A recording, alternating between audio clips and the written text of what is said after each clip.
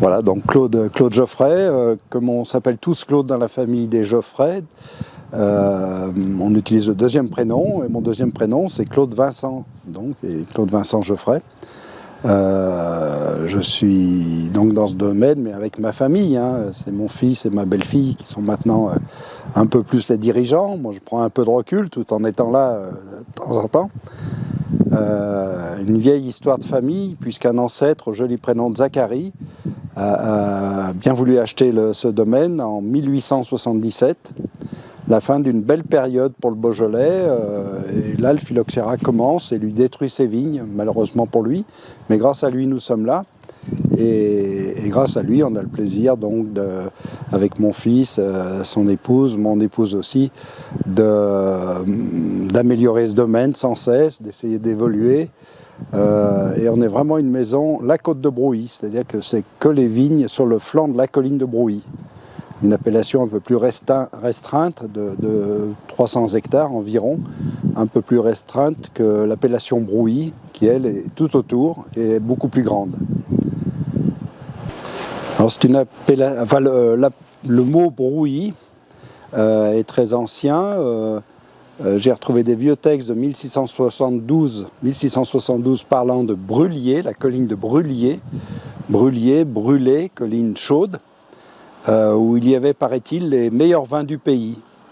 Je ne sais pas où s'arrêtait le pays à cette époque, mais bon, on a ces textes en vieux français qui expliquent bien que c'était déjà une colline réputée par sa situation, un espèce de promontoire en avancée des autres collines, un promontoire sur la Saône, sur la vallée de la Saône. Et cette colline a toujours attiré, a toujours été cultivée, pas forcément qu'en vigne, mais enfin il y a eu quand même un passé viticole important. Elle a une originalité, c'est une colline d'origine éruptive, une éruption sous-marine, très ancienne, et une éruption donc avant la formation des continents, et qui avec la formation des continents serait retrouvée ici et aurait été recompressée une seconde fois, et donc on obtient cette pierre grise bleutée qui est une diorite, donc une roche métamorphique, hein.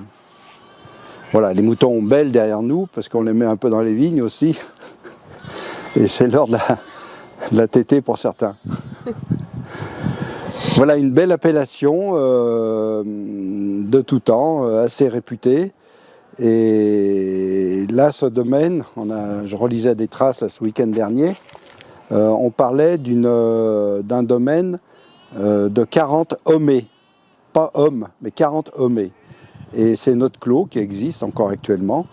Et l'homée, c'était ce que pouvait piocher un homme par jour. Et c'était 432 mètres carrés. Il y a Louvray, la correspondance en Bourgogne, qui fait 428 mètres carrés. Donc il piochait un tout petit peu plus vite en Beaujolais. Voilà pour l'histoire. Donc on a cette trace au XIVe siècle de cette propriété de 40 homées. Ben, on pourra goûter, oui, les griottes de Brûlier, justement, qui est un beau coteau plein sud, dans la partie médiane de la colline, et qui est, comme elle est très ensoleillée, ben, elle est très complexe, très fruits rouges, un peu de fruits noirs aussi. Moi, je ressens souvent de la myrtille. Et il y a toujours une certaine nervosité qui caractérise cette colline et cette appellation Côte de Brouilly. À tel point que les pierres, je vous les montrerai, elles sont un petit peu anguleuses, elles nous coupent les pneus de tracteur. Au niveau viticole, c'est un sol assez intéressant.